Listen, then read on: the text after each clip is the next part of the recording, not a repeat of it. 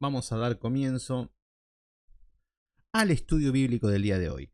Hoy vamos a comenzar con un libro nuevo. No sabía con cuál arrancar porque, bueno, nos quedan pocos libros ya en la Biblia. Vamos a ver el segundo libro de Corintios, que este es el que nos faltaba. Hicimos el primero. Vieron que siempre el libro de Corintios, ¿cuál es el versículo por excelencia que todos hablan del segundo libro de Corintios? Ya, díganmelo. ¿Cuál es el versículo por excelencia? Así como vemos que todo lo puedo en Cristo que me fortalece. También en el segundo libro de Corintios hay un versículo que es muy conocido. ¿Cuál es? Díganmelo, por favor. Las lenguas no. ¿Cuál es el versículo más? Segunda de Corintios. Les puedo decir el capítulo si quieren. El amor no. Eso está en primero de Corintios. En el segundo libro de Corintios 14 hay un versículo que siempre nos dicen que tenemos que ser dadores alegres. Toda la consola. Ahora, hoy vamos a hablar de consuelo. Hoy vamos a hablar del consuelo y las pruebas y las tribulaciones.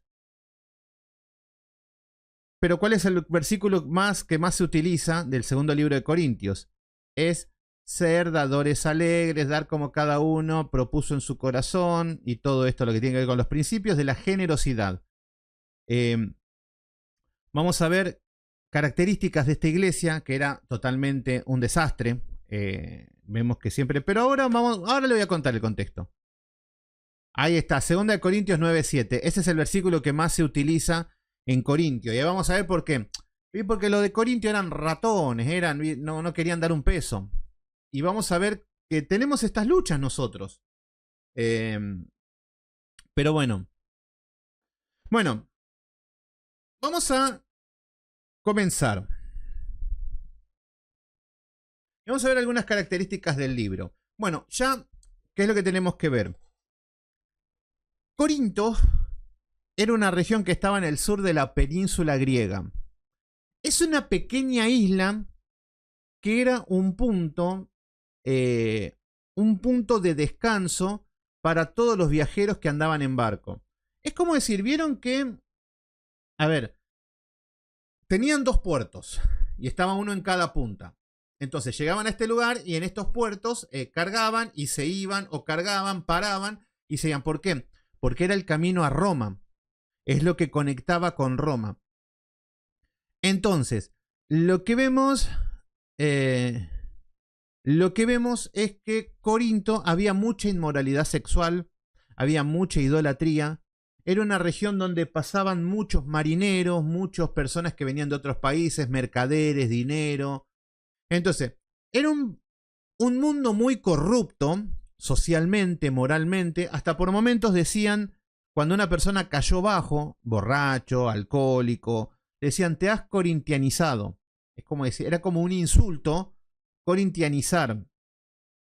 Entonces, también estaba la diosa la diosa Diana, creo que estaba. Sí, Diana creo que era. Y adoraban con prostitutas. Entonces había esclavitud, había creo que habían 600.000 personas, creo que había, no me acuerdo. Bueno, habían 1.000 prostitutas. A ver, ¿qué significa esto? Que las mujeres prostitutas entraban al templo a adorar con sexo. ¿A quién le gustaría adorar a un dios así? Entonces la gente decía, vamos a adorar antes que un dios que me pida santidad. Entonces, y estas prostitutas da la casualidad que se rapaban el pelo, se cortaban el pelo y andaban sin ropa, así era la cosa. Pero ¿cuál es el tema? Por eso Pablo le dice que a la mujer se deje crecer el cabello. ¿Por qué? Porque en esa época las mujeres se rapaban y llevaban la moda de las prostitutas. Pero bueno, estaban en Éfeso. No, entonces la otra Diana. Diana no. ¿Cómo es la otra? La otra diosa. Díganmelo ustedes, que no me acuerdo. No me acuerdo la diosa que había en Éfeso. Afrodita, ahí está. Afrodita, sí, ahí está. Me confundo. Entonces, ahí adoraban a la diosa Afrodita. Claro, con Diana era en Éfeso, que ahora vamos a ver, ahora vamos a ir a Éfeso un poquito porque vamos a ver la época del platero, donde a Pablo lo quieren linchar, los quieren matar, todo el rock and roll, ahora vamos a ver. Pero bueno, Afrodita, las mujeres se rapaban el pelo. Entonces, lo que vamos a ver es que en este puerto paraban la gente Y era un poco, vieron como el canal de Panamá, que es donde une lo que es para la mercadería, donde pasan los barcos. Bueno, algo así, pero con los tripulantes y marineros. Bueno, Pablo había comenzado con la obra en la iglesia de Corinto y ya era un nido de grillos. Cuando fueron, ¿se acuerdan que estaban todos hablando en lengua? ¿Le hacen acordar a alguien que vayan y que eran desorden y que todos estaban hablando en lenguas? Bueno, exactamente lo mismo, el mismo descontrol, el mismo desastre que estamos viendo hoy y que no podemos creer las locuras que están haciendo y que menos podemos creer cuando salen orcos a querer defender esas aberraciones. Bueno, lo mismo ya había en Corinto, hermanos. Ya lo mismo Pablo se estaba agarrando la cabeza. Pero bueno, ¿cuál es el tema? El tema es que ante todo este descontrol, la iglesia absorbía toda esa cultura. La inmoralidad sexual, por ejemplo. Llega un muchacho de la mano con la madrastra. Un genio el tipo. El tipo andaba de la mano, qué bonito, vamos a adorar a Dios, vamos a honrar al Señor. Y Pablo dice, muchacho, anda con la mujer de su padre, este loco, y usted no le dice nada. No, Pablín, no juzgué, que acá somos todo amor, acá Dios nos ama todo por cómo somos. Entonces, todo el mismo rock and roll. Llegaban y Pablo llegaba y se quería morir. Estaban vomitando, estaban danzando, hablando en lengua, las mujeres opinando, pastoreando. Por eso Pablo dice, muchachos, cállense la boca, que la mujer cállense en la congregación, le dice. Bueno, todo ese rock and roll que había... Uy, qué vientito, parece que va a llover. Bueno, ¿qué es lo que va a pasar? Cuando Pablo envía la primera carta, que quiere ordenar todo, ¿qué es lo que va a pasar cuando... A ver, mis queridos hermanos, ¿qué es lo que pasa cuando queremos ordenar una iglesia? ¿Qué es lo que pasa cuando queremos corregir lo deficiente que están haciendo en una iglesia? Y fíjense que, por ejemplo, yo en mi pequeño mundo, los ataques que yo recibo, no es que yo voy y les hablo personalmente, no es que me meto en una iglesia como hacía Pablo y les decía, esto está mal y esto está mal. No, no, no. Yo soy un loco que sube un video y lo tira a las redes y el mundo y la persona los agarra, se irrita, se encoleriza y me empieza a atacar igual. Porque es lo mismo, es la palabra la que rechazan, es la palabra la que aborrecen. Entonces, Pablo, cuando envía hay varias cartas. Nosotros tenemos primera y segunda de Corintios. Dicen que hay 4, que las de las cuales no nos llegaron a nosotros todas. Ya con esto a nosotros nos alcanza y nos sobra. El Espíritu Santo cree que es necesario esto y listo, no hace falta más. Pero bueno, ¿qué es lo que pasa? A Pablo, cuando le llegaban las cartas, obviamente que los danzarines, que el ministerio de lenguas, que los que hablaban en lenguas angelicales y todas esas locuras, se van a poner de la nuca con Pablo. Es lógico. Y no solamente con Pablo, con cualquiera que le saque la Biblia, porque son personas que aborrecen la Biblia. Pero el tema es que no era toda la iglesia. Esto es lo que siempre tenemos que entender, no es toda la iglesia. Nosotros cuando vemos los orcos en las redes sociales, no es toda la iglesia, no representan al pueblo cristiano. Son el grupo de orcos. En esta época estaban los orcos que atacaban a Pablo. Entonces, ¿qué es lo que pasó? Pablo era un misionero. Pablo va a salir de Corinto. ¿Y qué es lo que va a pasar? Rápidamente van a entrar los falsos maestros. Entonces, empiezan lo que es a incorporar nuevos apóstoles. Venían personas como Chiribí diciendo yo soy un apóstol nuevo y la gente, siempre está la gente ciega que le dice amén Chiribí. Siempre lo mismo, así que no sabemos, no tenemos por qué decir, ay, en esa época eran así. Entonces, ¿con qué nos vamos a encontrar en esta segunda carta? Pablo va a empezar a tener una contienda con ellos. Se va a poner picante la cosa. Entonces va a empezar a ponerse picante a tal punto que Pablo en una lo llama la visita dolorosa.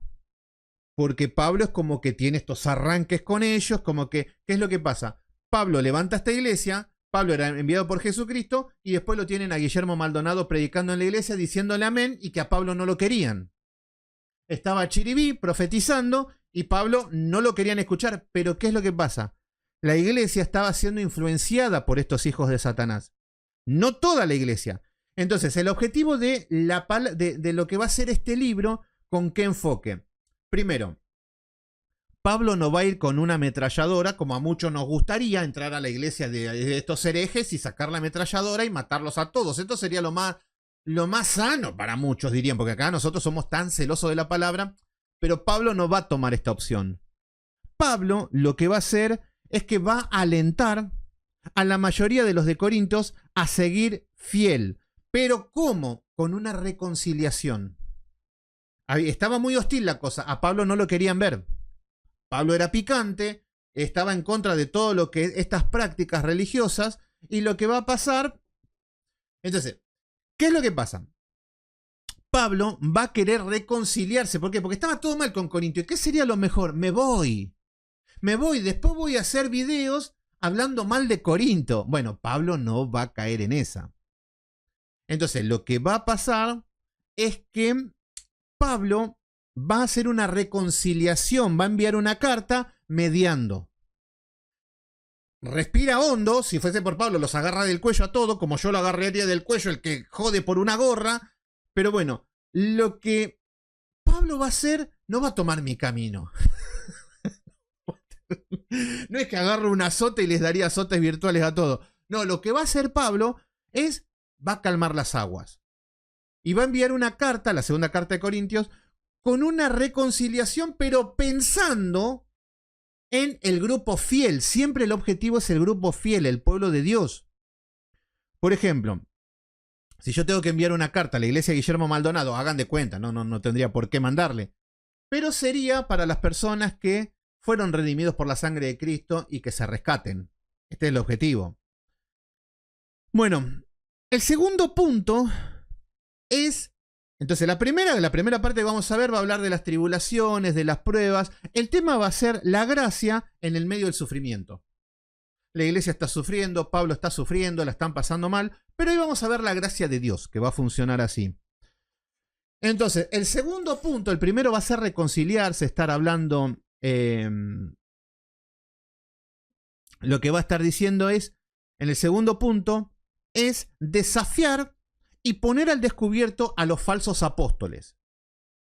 Hasta en un momento lo que va a pasar es que Pablo va a hablar de una manera como burlesca también. Fíjense, vamos a segundo libro de Corintios 11:5.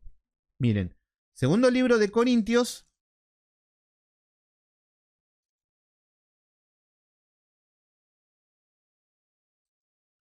Segundo libro de Corintios, capítulo número 11, versículo número 5. Miren lo que dicen. Pienso que en nada he sido inferior a aquellos grandes apóstoles. Acá hay traducciones que Pablo decía como aquellos superapóstoles. Y acá es como que Pablo se baja al nivel de ellos también. ¿Por qué? ¿Qué es lo que está pasando? Acá Pablo está hablando de que hay superapóstoles, que hay grandes apóstoles en Corintio. Y si Pablo tiene que decir, yo pienso que en nada soy inferior a ellos, es porque ellos pensaban que estos apóstoles, superapóstoles, eran mejores que Pablo. ¿Se entiende? Entonces, fíjense cuál es el contexto. Miren, a Pablo no lo querían en Corintio. Claro, Pablo se había ido, pero ¿por qué no lo querían a Pablo en Corintio? ¿Se acuerdan que Pablo dijo, yo soy un abortivo? Él tuvo un llamado de Jesús directamente, cara a cara. Entonces ya dudaban por eso. Pero además, Pablo era pobre. Entonces Pablo no andaba como Guillermo Maldonado o todos estos apóstoles modernos. No, Pablo era pobre. Si él hasta tenía que hacer tiendas, él tenía su trabajo, tenía su oficio. Pablo vivía sufriendo. Pablo era una vergüenza. ¿Qué significa esto? A ver, fíjense qué es lo que pasó.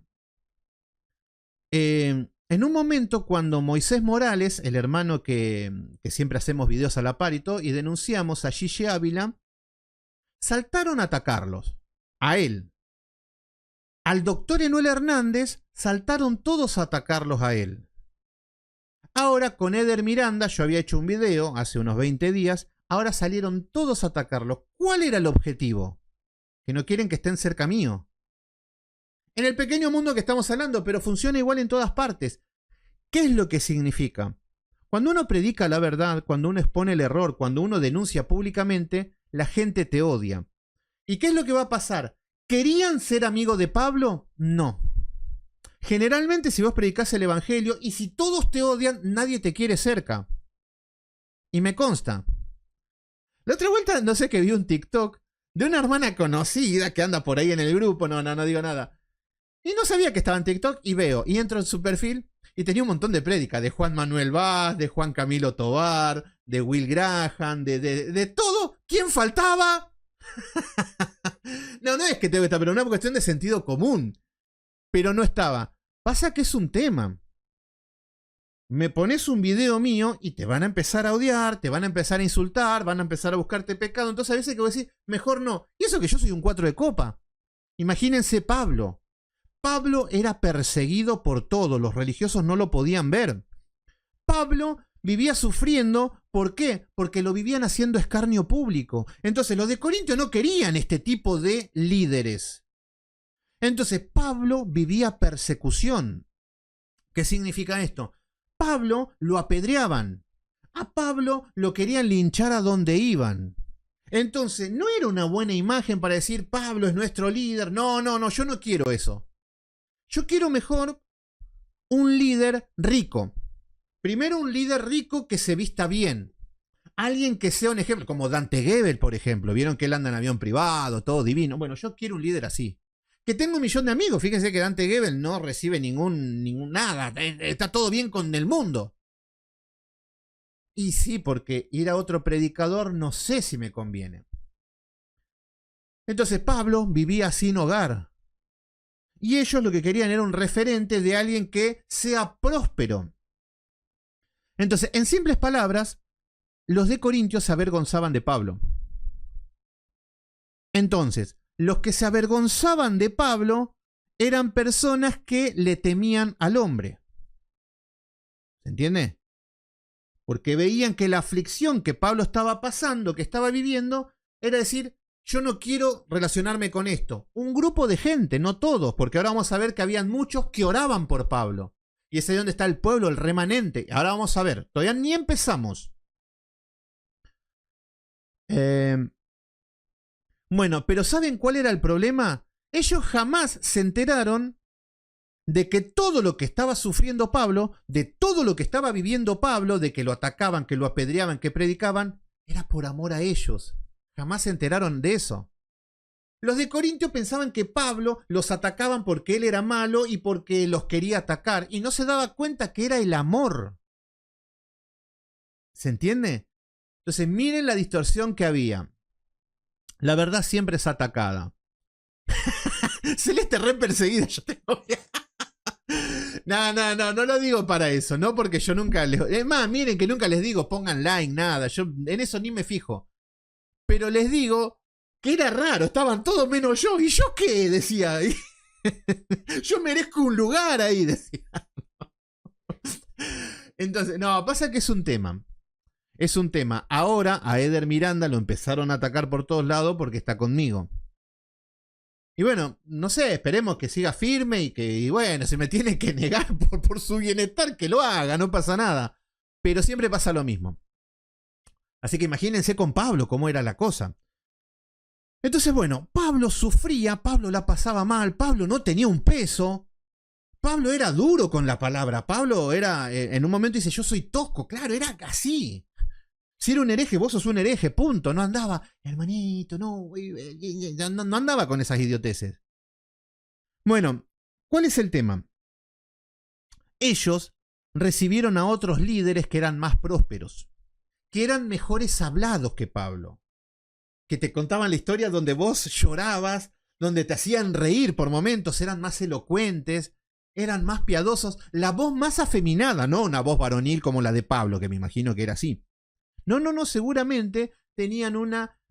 Bueno, entonces, los de Corinto empezaron a apostatar de la fe y se hizo una sinagoga de Satanás, lideradas por falsos apóstoles. ¿Les suena esto? Ya estamos hablando de Corinto, 65 no. ¿En qué año? Ya les digo. 55 a 56 después de Cristo. Entonces, lo que vamos viendo es que esta gente estaban muy felices contra estos y a Pablo no lo querían. Entonces, acá es donde había una disputa. Pablo levantó esta iglesia, están decidiendo apostatar de la fe, gente que sí, gente que no. Y Pablo tiene que enviar esta segunda carta de Corintio, primero para reconciliar, Pero no era que iba a estar bajo los términos de estos falsos maestros. No, no, no, no había una línea. No es que transaba, no es que decía, bueno, vamos a servir juntos, vos haces esto. No, no, no, no. Acá ustedes no tienen nada que hacer. Pero sí que tenían lo que era misericordia, digamos. Esto es lo que vamos a ver. Bueno, después vamos a ver que ellos tenían una generosidad que estaba totalmente dividida. No, porque por ejemplo, Pablo tenía que llevar una ofrenda para Jerusalén. Nunca la entregaron los de Corinto, es más, le cuestionaban por qué Pablo recibe ofrendas, diezmos, pero para darle a los apóstoles mandados a hacer. Qué hermoso que es darle a un apóstol, porque te empodera, te dice que vas a ser el mejor del mundo, que vas a ser un campeón. Y bueno, a todos los que han defendido Estado con Sebas lo atacaron. Al doctor Enoel Hernández. A Rulo le están empezando a atacar. Yo le dije a Rulo, ayer lo vi antes de ayer, mirá Rulo que no hace falta que hablemos mal de nadie. Solamente con estar conmigo ya te van a empezar a atacar. Y él no me cree porque mucho no está metido en el tema. Él como que es nuevo. Yo le dije, si te la bancás, vamos para adelante. Le digo, nada, el Rulo se la banca. Pero ya lo van a empezar a tocar. Recuerden, no soy profeta ni nada, pero ya van a aparecer los orcos. Porque a Rulo lo querían en la verdulería evangélica para pelear contra los católicos. Y Rulo no se presta a esas estupideces. Pero bueno, pero no quiero hablar por él. No, no, esto lo digo yo. Porque se gusta con... Sí, sí, le están diciendo eso. ¿Por qué se junta conmigo? Es penoso que el Rulo... Es una desilusión para todos que Rulo esté conmigo. Y Juan Camilo Tobar también. Y a Will Graham también.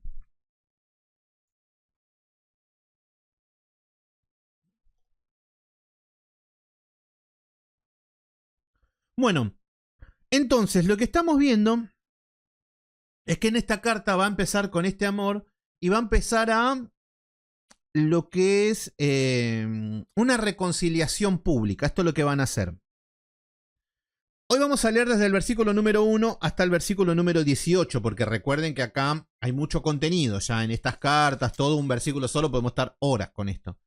Pero también es un estudio dentro de todo ligero, no es que profundo, es como un panorama general para entender segundo libro de Corintios. Entonces, la iglesia de Corintio está picante. Inmoralidad sexual, idolatría, pensamientos griegos, estaba muy de moda en la iglesia de Corintio, así como hoy está la filosofía, así como hoy está el misticismo, que la gente quiere sanar, quieren volar, en esta época eran todos pensadores. Entonces vos hablabas de la palabra de Dios y te salían todos los filósofos. No, yo creo que ser y no ser, querer amar o no querer amar, entonces estaban todos con ese mambo.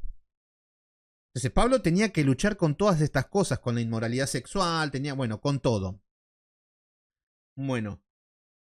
Che, gente, tan malo soy de verdad. Yo sé que, díganme la verdad. Es más, la mayoría de ustedes que me empezaron a querer, usted me dice, yo empecé odiándote a vos. Tan malo soy, de verdad. De estilo tanto asco. Una vez una persona, no sé qué consejo me había pedido, era una mujer, bueno, le paso unos versículos, no sé qué, y después me dice, no sos tan ogro como me imaginaba, me dijo. Me dolió que hicieran esa cacería de Miranda. Sí, es que no se puede esperar menos de esta gente. Son así, Gabriel, son de cuarta, son nefastos. ¿Y saben cuál es el chiste? Que yo no los voy a reaccionar, porque son cuatros de copas. No les voy a nombrar, porque no existen. Son nada, son canales muertos, y esto es lo que más les revienta, porque ¿saben cuáles son las estrategias? Ellos, que no son nada, quieren atacarme a mí, a Santiago Alarcón. Bueno, Santiago Alarcón le responde. O quieren atacar a personas conocidas para ellos hacerse conocidos. Cuando ellos ya lleguen a los likes, a ser reconocido y todo, después te van a dar la mano, te van a saludar, porque esto es solamente un trampolín, lo ven así para tener más seguidores. Son de cuarta.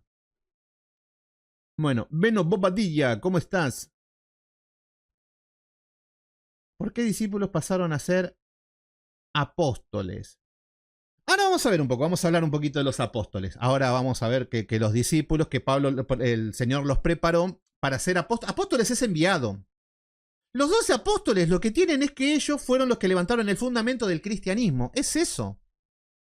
¿No? Y Pablo, el Señor les dio un poder para que todas las miradas estén centradas en los apóstoles. Bueno, vamos a comenzar. ¿Qué les parece? Vamos con todo. Entonces, el contexto. Pablo tiene a todos los orcos en contra. Entonces están todos los apóstoles, que son todos divinos, con trajecito, corbata, avión privado, le decretan, ya estaban con la misma estupidez en la misma época. Y Pablo, que viene con doctrina, con palabras, se quieren morir. Y ahí. Capítulo número 1. Versículo número 1. Fíjense lo que es el saludo de la carta. Pablo, apóstol de Jesucristo. ¿Por qué les pone apóstol de Jesucristo? Porque lo que hay en Corintios son apóstoles que ¿quién te ungió? Chiribí. ¿Se entiende?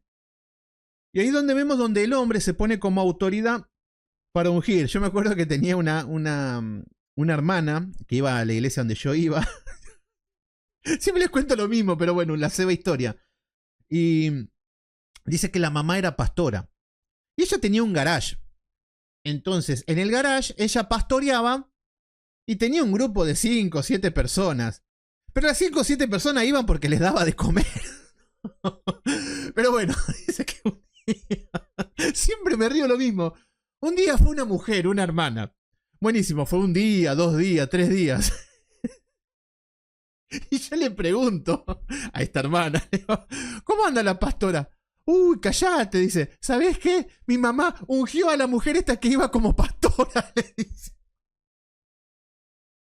La ungió como pastora. Entonces, bueno, ¿qué significa? Vos podés decir, yo también le puedo decir, soy apóstol. ¿Y quién le dio la autoridad? El apóstol José Montoto. Ah, bueno, me quedo tranquilo entonces. Entonces, ¿qué significa esto? Pablo les dice, yo soy apóstol de Jesucristo. Y yo sé que es fácil, porque todos te van a decir, yo soy predicador y yo soy de Cristo. Todos te van a decir lo mismo. Pero el tema es que el ministerio de Pablo estaba sostenido por Cristo. Esa era la diferencia de muchos otros ministerios que dicen que estar sostenido por Cristo y no hay nada. Miren, acá dice que Pablo, apóstol de Jesucristo, dice esto porque él no es un apóstol por Jerusalén. En el sentido de que lo han levantado de Jerusalén. De que en Jerusalén él estuvo con todos los apóstoles, donde él fue un discípulo, donde lo levantaron y dijeron, bueno, ahora anda. No. A él lo levantó el Señor mismo. Y habían evidencias del poder y la revelación y todo lo que vemos en Hechos de los Apóstoles y todo, de que Pablo estaba sostenido por Dios. Porque, ¿saben qué? Vieron que en Cuba hay una mujer que dice que es Cristo Lisbeth. Entonces, la tipa te lo tira y te dice, no, porque yo soy el Cristo y ustedes me tienen que pedir perdón a mí. Dice que hagas tu pieza. Bueno, cualquiera puede decir eso. Pablo también podría decir, yo soy un apóstol de Jesucristo. Pero Pablo estaba sostenido por Dios, esa era la diferencia. Entonces, bueno, fíjense que Pablo no fue levantado ni por Jerusalén, en el sentido de que Jerusalén le dio esta autoridad, sino que el mismo Señor Jesucristo. Ni tampoco por Pedro o Santiago, que eran los líderes en Jerusalén. No eran que ellos dijeron, bueno, nosotros vamos a levantar un apóstol más, Judas no está.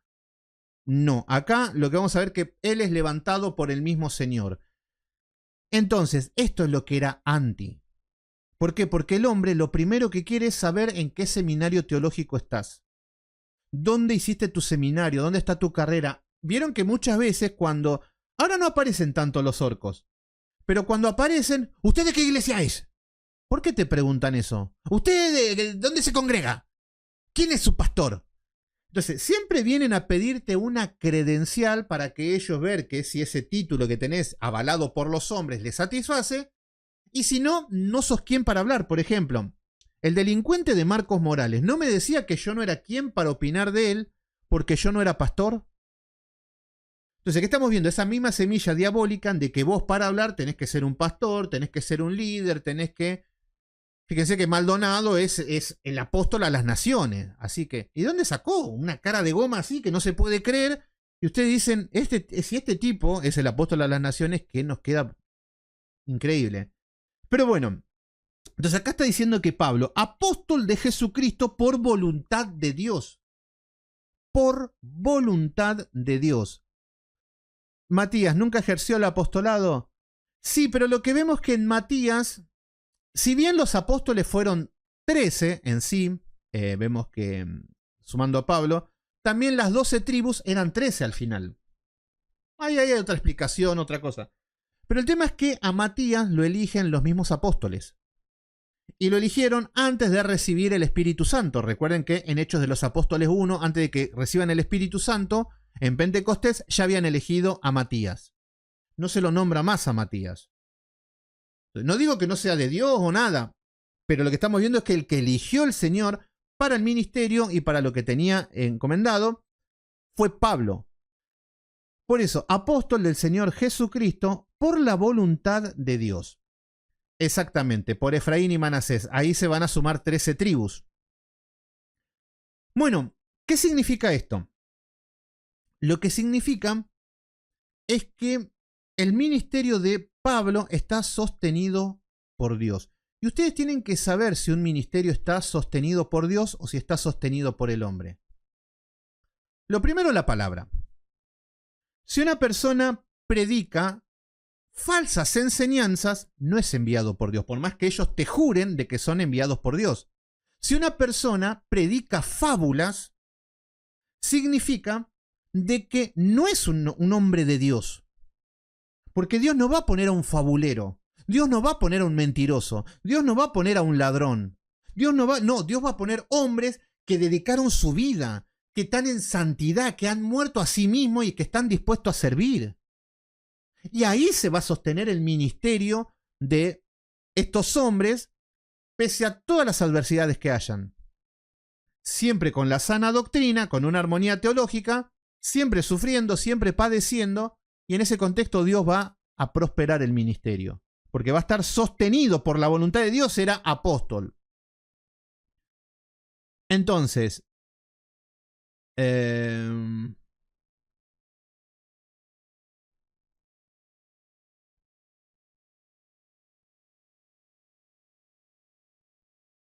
bueno, no sé qué están hablando ahí. Bueno. Entonces, lo que está diciendo es que apóstol de Jesucristo por la voluntad de Dios. Entonces, el Pablo era como diciendo, ¿por qué? Porque acá le decían, ¿Pablo quién es? Pablo se levantó solo. Mira, Pablo está muerto de hambre. Mira, Pablo no tiene dónde dormir. Miren, nosotros somos ungidos, nosotros, porque eran judíos que venían de la descendencia, nosotros somos fariseos que venimos. Entonces venían con una autoridad. Y Pablo viene sin títulos ni nada, pero estaba sostenido por Dios. Yo prefiero el ministerio de Pablo, no sé ustedes, ¿eh? Vieron que a mí constantemente me dicen, ¿usted quién es? ¿En qué iglesia estás? Usted no es pastor, usted no es nadie, usted es un miserable, usted esto. Todo bien, no tengo ningún título de nada. El único título que te puedo sacar es el título docente, soy profesor de geografía, no tengo más que eso. Y les digo la verdad. ¿Dónde estudiaste? ¿En qué instituto? Ninguno. No sé. La verdad que no tengo nada para mostrarte y para jactarme. Pero bueno, después está en ver si lo que predico es bíblico, si Dios sostiene el ministerio, la obra, o si es una ganga como Cayuna. Ustedes ya a esta altura del campeonato se tienen que dar cuenta si una persona es de Dios o no. Bueno, y le dice, y el hermano Timoteo, a la iglesia de Cristo que está en Corintio, con todos los santos que están en toda Acaya. Fíjense, bueno, acá lo nombra Timoteo, que era su mano derecha. Y fíjense que qué lindo esto. Acá nos dice que a toda la iglesia de Dios, fíjense que está hablando a toda la iglesia de Dios que está en Corinto. Esto es algo que la iglesia es de Cristo, no es del hombre. La iglesia es de Cristo y la iglesia, ¿cómo la identificamos? La iglesia que está en Corinto. Yo prefiero quedarme con esto. ¿Dónde queda tu iglesia? La iglesia de Cristo en Berazategui. La tuya, hermano, ahí bueno, la del Marshall sería la iglesia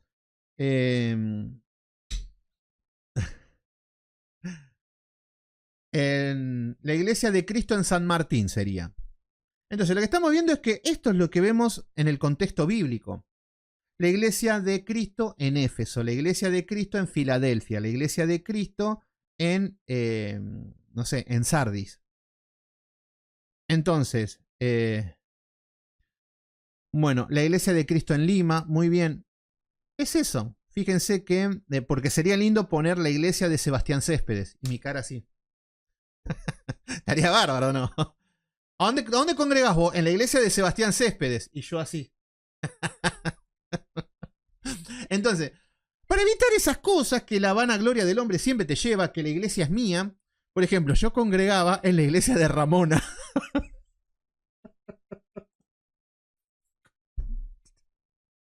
Corten esto. De verdad les digo. Yo congregaba en la iglesia de Ramona. Y lo más lindo que tenía sana doctrina. A ver. Lo que les quiero decir es que la iglesia de Ramona, ella era una mujer adinerada que ponía todo el dinero. Entonces, ella manejaba todo porque era adinerada. Entonces era la iglesia de Ramona. Entonces, ¿dónde? Ah, en la iglesia de Ramona congregamos. No, en la iglesia de Cristo, tonto, le decía yo. Ay, Dios mío. Ay.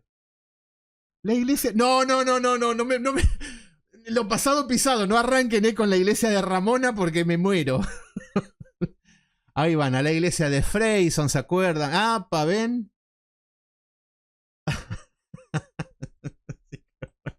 ¿Dónde congregaste? En la iglesia de Ramona. ¡Qué vergüenza, qué locura! Ahora me cae la ficha. Ay. Bueno, ¿qué vemos acá? Por eso estamos viendo que dice la iglesia de Dios que está en Corinto. ¿Ven qué bonito? La iglesia de Dios que está en Corinto. A ver, espera un segundito. Bueno, entonces acá le está diciendo la iglesia de Dios que está en Corinto con todos los santos. Fíjense que le está hablando a toda la iglesia puntual. La de Corinto, la iglesia quilombera, con todos los santos. Fíjense que pese a que era uno más peorcísimo que el otro, uno más pecador que el otro, lo que está hablando es la iglesia de los santos. Porque lo que deben entender es que santo no significa una persona que no peca nunca. No, santo es que son escogidos, están apartados, están santificados, que Dios los escogió. Ahora, ¿puede ser que seamos santos y estar pecando? Y sí, en el proceso de santificación vamos a estar mortificando la carne. Entonces el Espíritu Santo tiene mucho trabajo por hacer. Entonces vamos a estar como la iglesia de Corinto por ahí. Pero por ahí somos elegidos. El problema es cuando no son elegidos, no son escogidos y llevan una vida pensando de que son santos. Ahí está el problema. Vemos que ahí hay cero temor de Dios.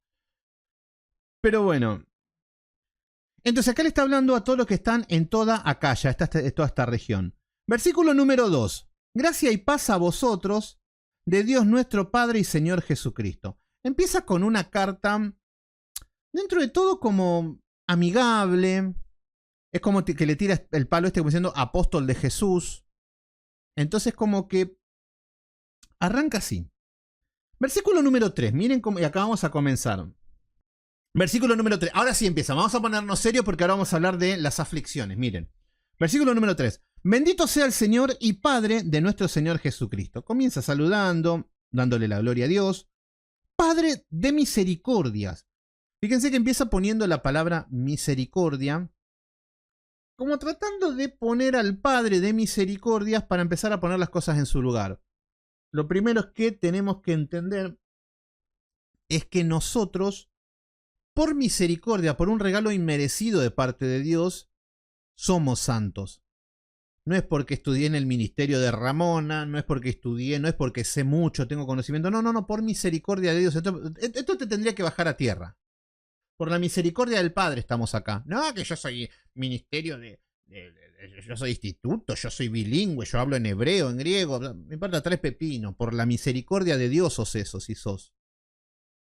Entonces, esto tendría que bajar un poquito las aguas, bajar un poquito todo de la euforia, de que son superhombres. Bueno, entonces acá está diciendo, Padre de misericordias y Dios de toda consolación. Fíjense cómo ahora le está diciendo Dios de toda consolación. Ahora va a hablar acerca del consuelo y de la aflicción. Y esto es todo lo que, a ver, todos los santos vamos a estar llamados a la aflicción, a las pruebas. Acá están pasando por peleas, son aflicciones donde hay peleas con Pablo. donde el mismo Pablo, que los hizo conocer el Evangelio, ahora ellos están siendo enemigos de Pablo, ahora están yendo en pos de otros hombres que son más llamativos. Entonces todo esto llevaba a un conflicto y había una aflicción, había una tristeza, tribulación, pruebas, las pruebas cotidianas de la iglesia, personales y todo. Entonces empieza enfocándose con eso, el Dios de toda consolación, misericordia de Dios y consuelo de Dios. Miren lo que viene a traer en esta carta, ya comenzando. Versículo número 4. El cual nos consuela en todas nuestras tribulaciones. Fíjense cómo Pablo empieza a ir al punto de las pruebas, de las tribulaciones que están pasando en la iglesia. Nos está hablando que el mismo Dios, el cual nos consuela. Nos está hablando del consuelo. Y esto es lo primero que tenemos que entender. Los santos, los hijos de Dios, no es que vamos a pasar la bomba como te enseñan los que hablan que tu boquita tiene poder. Los que te dicen de que había un pelado por ahí, familia feliz, tú repites familia feliz y tu familia es feliz. Vos decís, 70 años de vida, ¿para qué? Para que me diga terrible estupidez. Entonces hay personas que te dicen que con su boquita vas a ser feliz, pero te vas a dar cuenta que no sos feliz de nada. Entonces Pablo le viene con la apóstol y le dice, el Dios que consuela, el cual Él es el que nos consuela en todas nuestras tribulaciones. ¿Qué significa esto? Lo primero que tenemos que entender es que las pruebas van a estar. Van a haber y tienen que haber. Porque puede ser que no estés pasando ninguna prueba. Es más, mire, me acuerdo hasta el día de hoy. Yo en la pandemia no tenía ninguna prueba. Yo estaba muy estresado porque tenía muchas horas de trabajo.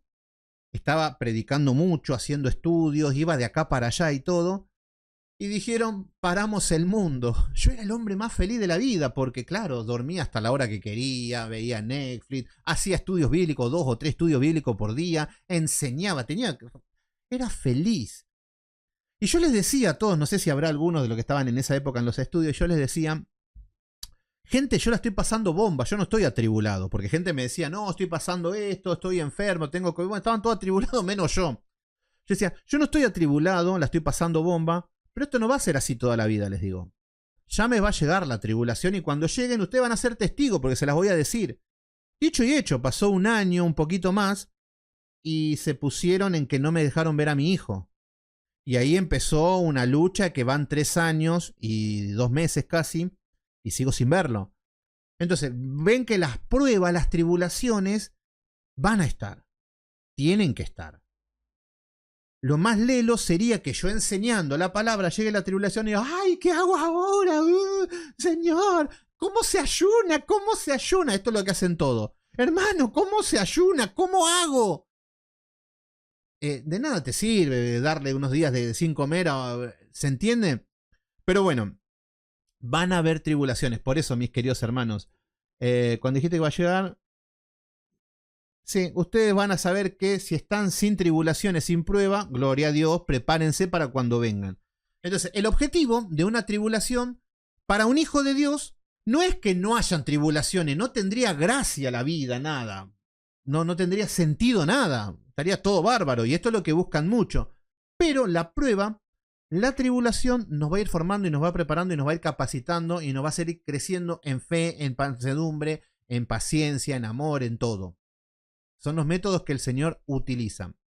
El tema es que nosotros, cuando llegue la tribulación, tenemos que estar preparados y capacitados por el Espíritu Santo.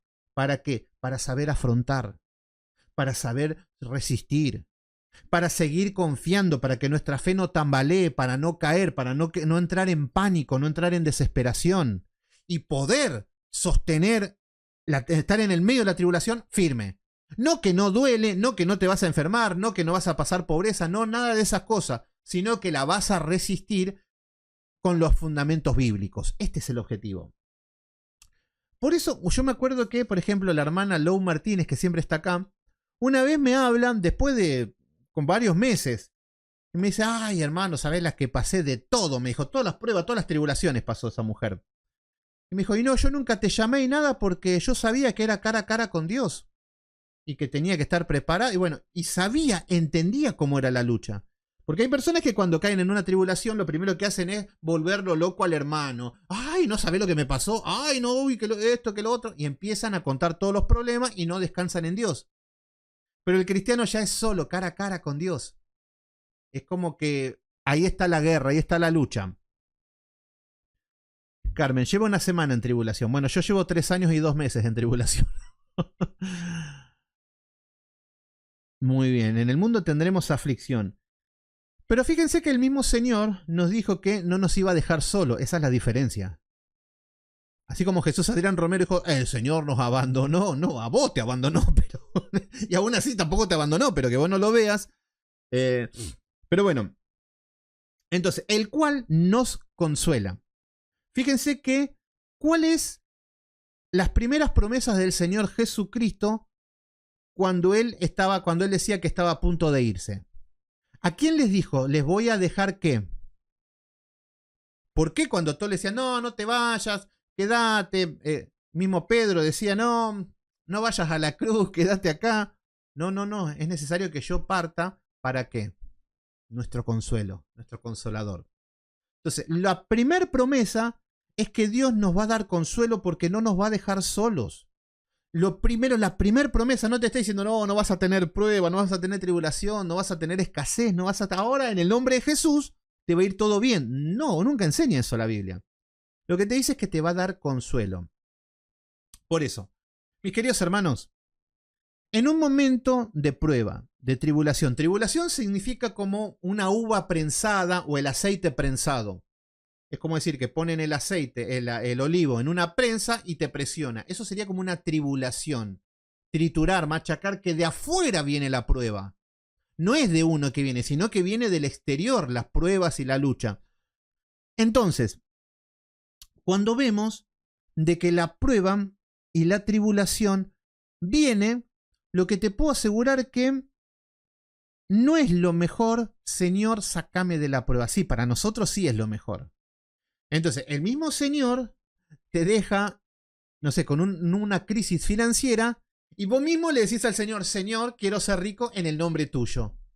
Y el Señor te dice, no entendiste nada, papucho. No, no, porque mi boquita tiene poder, entonces. Pero no, estás peleando contra Dios y así pasa la gente toda la vida dando vueltas en el desierto.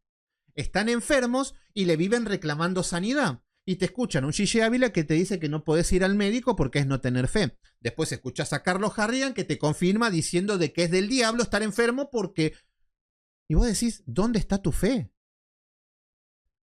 Tener fe no significa ser todopoderoso, superpoderoso. Entonces, lo que estamos viendo es que la prueba viene de afuera. Entonces, en el medio de la prueba, no significa de que Dios te va a sacar rápidamente de la prueba. De que vos estés en una tribulación no significa que Dios te va a salvar rápidamente. Si estás pobre no significa que Dios te va a hacer rico. Si estás enfermo no significa que vas a ser sano.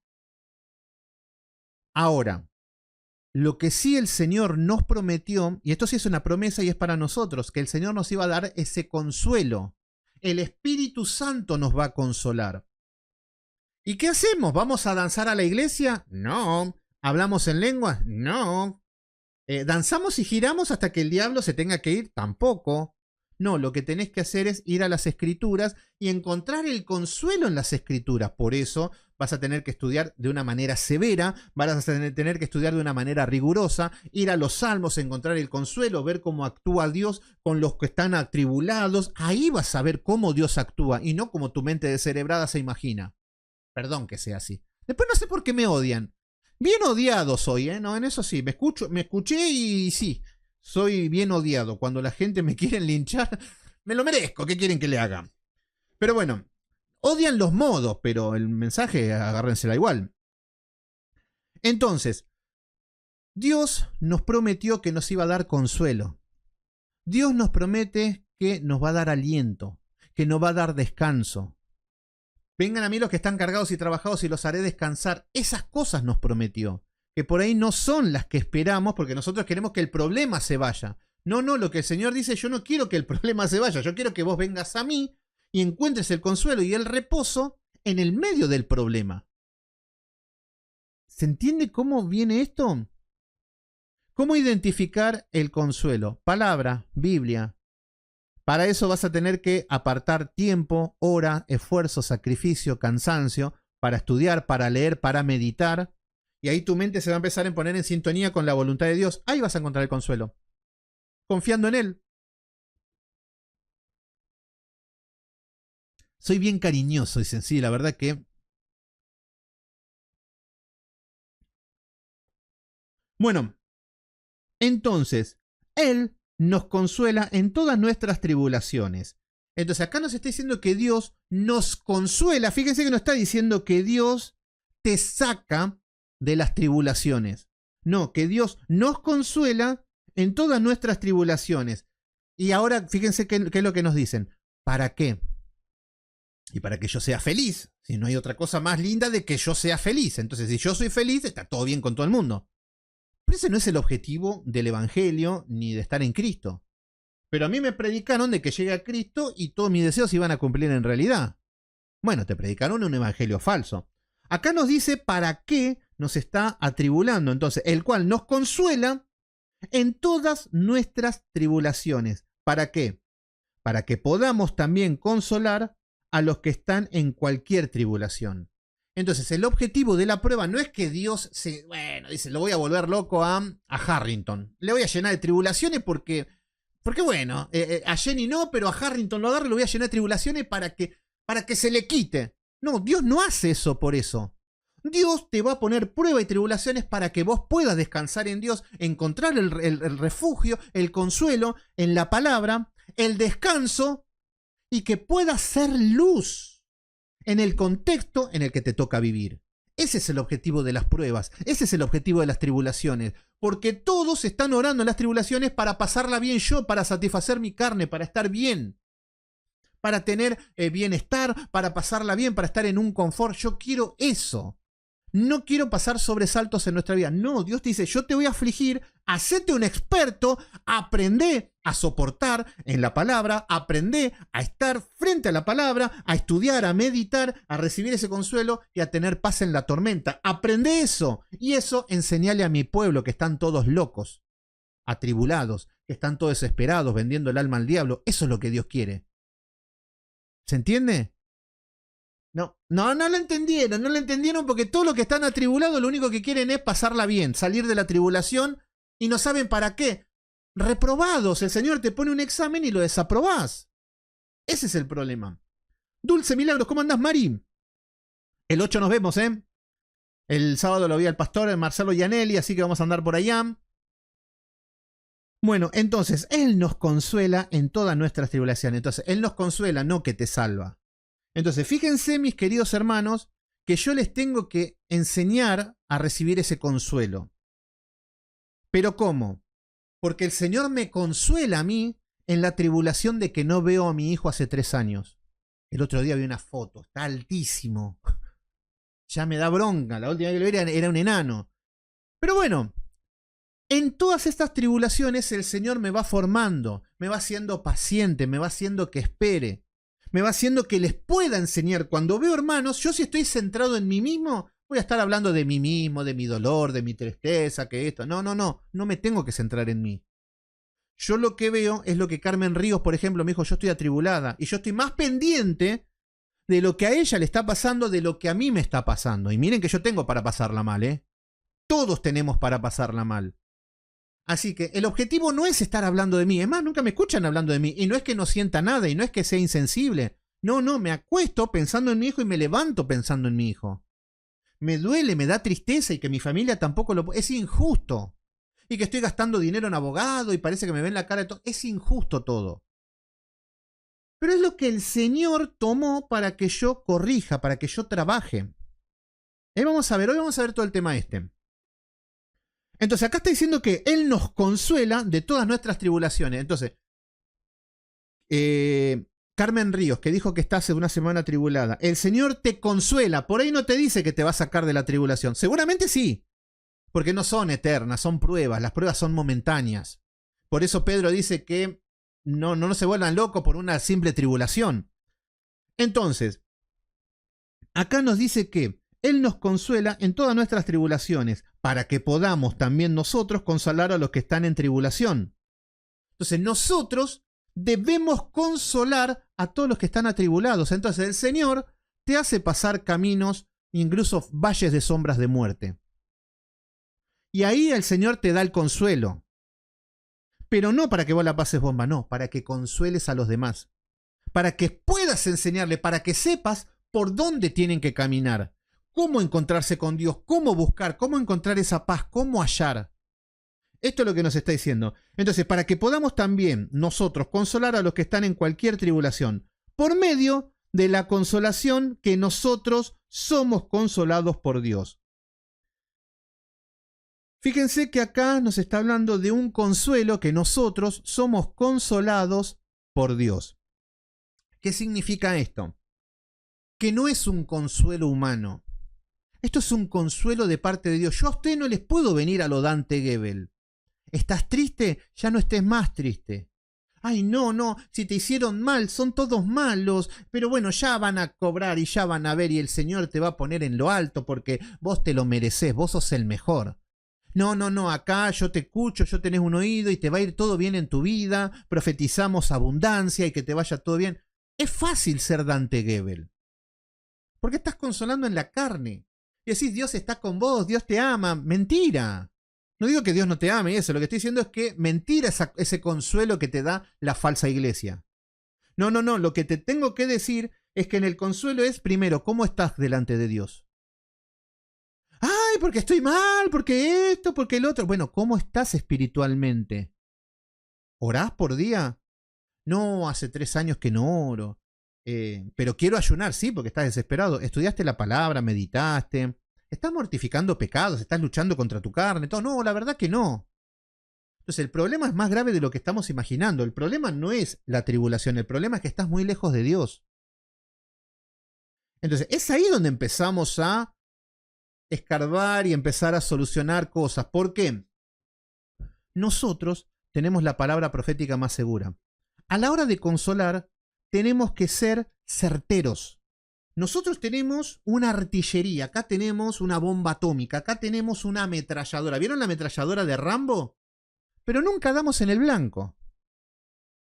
Porque se nos mezcla el consuelo humano, se nos mezcla algún versículo que nada que ver. Entonces, hermano, Jenny, ¿estás mal? Todo lo puedo en Cristo que me fortalece. Porque en Cristo somos más que vencedores. Clama a mí que yo te responderé. Sí, porque en el principio el Señor creó los cielos y la tierra. Entonces, podemos tirar 800 versículos y no pegamos una. Pero si nosotros vemos la situación en la que está la persona, escuchamos, vemos cómo está, en cuanto a su situación espiritual, somos certeros con la palabra, con una sola bala, el corazón explota. Esto es lo que tenemos que hacer. Por eso las personas cuando están en tribulación son más sensibles y están más prestos a escuchar la palabra de Dios. ¿Se entiende? Porque el Señor nos tiene que llevar a esta situación muchas veces para que escuchemos su palabra, para que nos inclinemos ante Él, para que nos arrodillemos delante de Él. Oh, los versículos cliché a la orden. Sí. Con Cristo somos más que vencedores. Sí, hay un montón. No juzguéis, el que me quiere decir algo, no juzguéis, punto. Ya con eso justifico todas mis inmundicias. Bueno, entonces acá está diciendo que por medio de la consolación que nosotros somos consolados por Dios. Entonces una cosa es el consuelo por Dios. Y otra cosa es el consuelo humano. ¿Cuál es el consuelo humano? La otra vez había un video de Cash Luna que decía: el Señor te va a prosperar, va a ensanchar tus caminos, va a hablar tu meta, va a bendecir a tus hijos, te va a prosperar, el Señor te va a sanar de tus dolencias, el Señor te pondrá en... Para un poco. Entonces, lo que no entendieron es que estas cosas espirituales que ganamos siendo hijos de Cristo las quieren pasar a lo terrenal y no funciona así, y ahí está el problema. Bueno, entonces acá estamos hablando de el consuelo de parte de Dios. Y para eso tenemos que saber cómo caminar en la tribulación. Ahí está la sabiduría. Bueno, versículo número 5. Porque de la manera que abunda en nosotros las aflicciones de Cristo. Fíjense que una cosa son las aflicciones de Cristo y otra cosa las consecuencias de los pecados. Porque, por ejemplo, Hagan de cuenta que le digo, no, hermano, yo estoy acá atribulado, la verdad que estoy pasando una prueba durísima, el Señor está probando mi corazón, acá estoy, y me dicen, ¿y qué pasó? No, pasa que le fui infiel a mi mujer, y el marido de la mujer con la que estoy adulterando es comisario, y ahora me está buscando para matarme, y acá estoy, y soportando firme en Cristo. No, esas son las consecuencias de sus pecados, tonto. No, mi hijo es un ladrón y ahora me robó todo y ahora dijo que me iba a matar. Acá soportando las pruebas en Cristo. No, esa es culpa tuya, que toda la vida tuviste un parásito y nunca lo corregiste. Hay cosas que son consecuencias del pecado, hermanos. Y que hay tiempo de arrepentirse. Podés tener la piel de Judas y todo, y es tiempo de ponerte a cuentas con Dios. Pero hay cosas que la vas a tener que cargar siempre. Pero acá Pablo no está hablando de que, Pablo, ¿por qué te apedrearon? No, la verdad que yo vi ahí a un fariseo y le di un latigazo en la espalda. Y claro, Pablo, si andás haciendo esas cosas, obviamente, ¿cómo querés que no te linchen? Entonces, no era eso lo que estaba haciendo Pablo. Acá lo que está diciendo es que, porque de la manera que abundan, en nosotros abundan, ¿qué? Las aflicciones de Cristo. ¿Qué dijo el Señor Jesucristo? No lo están persiguiendo ustedes, me persiguen a mí. A Eder Miranda no lo están persiguiendo a Eder, lo están persiguiendo a Cristo. ¿Se entiende? Mauro, ¿por qué un hombre justo merece tribulación? Eso es totalmente misericordia. Porque el hombre... A ver, ahora vamos a ver. Atento, esta pregunta está buena. Porque uno dice, ¿por qué merezco tribulación? No, lo que merecemos fue el infierno. Y acá estamos viendo que la tribulación nos va a llevar a la perfección. Nos va a llevar a conocer a Dios, porque si no hay tribulación, no te vas a acercar nunca a Dios. Por eso vamos a ver que en Santiago, capítulo número 1, Santiago habla acerca del sufrimiento como bienaventurados cuando nos halléis en diversas tribulaciones. Bienaventurados, ¿por qué te dice feliz, dichoso? Porque te vas a acercar a Dios, porque vas a tener un encuentro, porque estás bajo la mano de Dios, no es que estás a la deriva entre medio de tiburones no, estás en la mano de Dios, en el medio de la prueba estás en las manos de Dios. Esto es lo que quiero que entendamos. Bueno, entonces acá está diciendo que porque abundan en nosotros las aflicciones de Cristo. ¿Qué significa esto? Pablo recibía estas aflicciones por predicar el Evangelio. Vos, hagan de cuenta que por ahí ustedes no predican o no se exponen, como por ahí me expongo yo en las redes, que me regalo para que todos me ataquen, y predico de esa manera. Por ahí no es necesario que prediquen de esa manera, pero sí que en la familia, que vos le decís, soy cristiana, soy cristiano, voy a ir a la iglesia, y vas a empezar a recibir aflicciones de Cristo. ¿Quién de ustedes no recibió aflicciones de Cristo? En el trabajo, que te digan, no, acá tenés que robar, tenés que hacer esto, acá de... Entonces, vas a empezar a vivir aflicciones por seguir a Cristo. Esto es normal. Entonces, por eso vamos a ver que este sufrimiento los padecen todos los hijos de Dios. Solamente por ser hijos de Dios. ¿Cuál es el problema? Que vamos a tener que vivir en santidad en un mundo corrupto, en un mundo pecador. Entonces, en el mundo pecador vamos a encontrar un montón de... En el mundo pecador vamos a encontrar tentaciones, pecados, todo lo que Dios aborrece, y ya por querer largar todo eso vamos a sufrir. Y el mismo mundo nos va a atacar a nosotros por elegir ese camino. Entonces, acá estamos viendo que, porque de la manera que abundan en nosotros las aflicciones de Cristo, así abunda también por el mismo Cristo nuestra consolación. ¿Qué significa esto? Atento con esto. Acá está diciendo que así como abundan en nosotros las aflicciones, por Cristo estoy hablando, no las aflicciones porque metiste la pata, porque hiciste un negocio ilícito y ahora te quieren matar, no, eso es otra cosa. Acá estamos hablando de que vos estás viviendo en santidad y en obediencia lo más correcto posible y recibís todos los ataques por todas partes, estamos hablando de eso. Entonces, de la misma manera que nosotros, acá nos está diciendo que abundan en nosotros las aflicciones en Cristo, así también, así mismo, así por el mismo Cristo, nuestra consolación. ¿Qué significa? Si sufrís mucho, tenés mucha consolación, si sufrís mucho y tenés muchas pruebas, vas a tener mucha consolación de parte de Dios. Esto mismo te está diciendo este versículo. Por eso nos dice que abundan en nosotros las aflicciones de Cristo, así también por el mismo Cristo sobre nuestra consolación. Entonces, si tenés una prueba chiquita, vas a tener un consuelo chiquito, te está diciendo el versículo. ¿Se entiende? Fíjense que donde salimos más fortalecidos en nuestra vida cuando las pruebas fueron más grandes y que vimos la mano de Dios. Y esto quiero que entiendan, vamos a tratar de entender esto. La prueba es grande, el consuelo es grande. Más nos acercamos a Dios, más creemos en Él. Por eso las personas más fieles son las que mucho se le perdonó, las que muchos el Señor los consoló. Vamos a Santiago capítulo número 1. Y vamos a ver un poquito a ver este tema de las pruebas. Y esto va para los atribulados. ¿Quién está atribulado por ahí?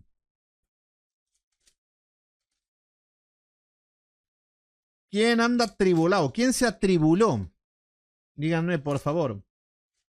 Bueno, Santiago capítulo número 1, versículo número 2. Fíjense cómo nos dice cómo enfrentar las pruebas. Porque acá Pablo le está hablando a la iglesia de Corinto en el medio de todas estas aflicciones. Que le está hablando de lo mismo, de darle más consuelo. Entonces, en ningún momento está diciendo de que no van a haber pruebas, no van a haber tribulaciones. No hay tal cosa como la boquita mágica de que decís fuera prueba y se va. No, no, no. Eso no existe. Bueno, en el versículo número 1 tenemos el saludo de Santiago. Miren lo que dice el versículo número 2. Hermanos míos, tened por sumo gozo cuando os halléis en diversas pruebas. Y acá es donde esto no se entiende. Porque acá nos está diciendo que tener gozo. Y acá me imagino que Pablo no estaba cuando lo estaban apedreando. Ja, ja, ja, ja, me muero. Ja, ja, ja. No era el guasón que le pegaban y más se reía. Eso es ser desquiciado. Fíjense, no sé si vieron ustedes, creo que hay una película de Batman, que el actor el guasón, creo que el que murió el actor, él le empezaban a pegar y más le pegaban y más se reía el guasón. No sé, ¿vieron esa escena? Sí, la tienen que haber visto.